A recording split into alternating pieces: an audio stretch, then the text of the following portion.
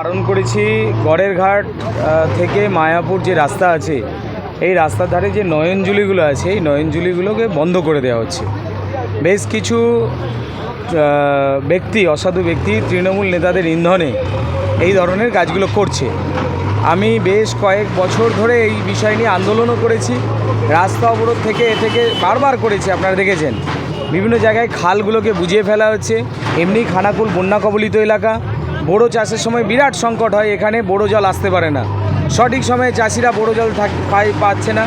নদীতে জল থাকলেও সেই জল খালের মাধ্যম দিয়ে সমস্ত জায়গায় পৌঁছাচ্ছে না, একটা বড় সংকট। খালগুলোকে সংস্কার করা, এগুলো আমরা বলেছি, সংকল্প নিয়েছিলাম খালগুলোকে সংস্কার করব। কিন্তু অসাধু কিছু ব্যক্তি তৃণমূল নেতাদের ইন্ধনে এই সকল পিডব্লিউডির ধারে রাস্তাগুলোকে দখল করে নিয়ে অবৈধভাবে খালগুলোকে বুঝিয়ে দিচ্ছে। যেটা আমি বারবার বলেছি যে আপনারা ব্যবসা করতে চান তো ছোটোখাটো কিছু করে বসুন, দোকান করে বসুন, ঠিক আছে, সেটা যখন রাস্তা বাড়বে তখন ইয়ে করো, কিন্তু খাল বন্ধ করা যাবে না। বড় অট্টালিকা বানিয়ে সরকারি জায়গা দখল করে চলবে, সরকারকে ট্যাক্স ফাঁকি দেবে, সরকারের সব কিছু লুট করবে, এটা হতে পারে না। এটা বারণ করা হয়েছিল কয়েকদিন আগে, পঞ্চায়েতের পক্ষ থেকেও বারণ করা হয়েছিল যে এই নির্মাণটা করা যাবে না। অলরেডি আপনারা দেখেছেন ভেতরে গোটা চারিদিকটা যখন ইলেকশান চলছে, ইলেকশান পিরিয়ডে পুরো এরিয়াটা টিন দিয়ে ঘিরে দেওয়া হয়েছিল। আর ইলেকশান মিটে যাওয়ার পর থেকে টিন বন্ধ করে, শাটার বন্ধ করে ভেতরে ইট গাঁথার কাজ চলছিল, ঢালাইয়ের কাজ চলছিল। তো বারবার বারণ করা সত্ত্বেও যারা কথা না শোনে, তো তখন বাধ্য হয়ে আমাদের পঞ্চায়েতের পক্ষ থেকে আমি নিজে আছি, এখন দাঁড়িয়ে আছি, তো এটাকে ভাঙার কাজ চলছে। কারণ খাল বোঝানো যাবে না, খাল চাষিদের জন্য সুরক্ষিত রাখতে হবে। একদম গোটা খানাকুল জুড়ে যেখানে যেখানে খালের ওপর খাল বুঝিয়ে দিয়েছে, খালগুলোর ওপরে অবৈধ নির্মাণ হয়েছে, সেইগুলোকে আমরা ধীরে ধীরে ক্লিয়ার করব।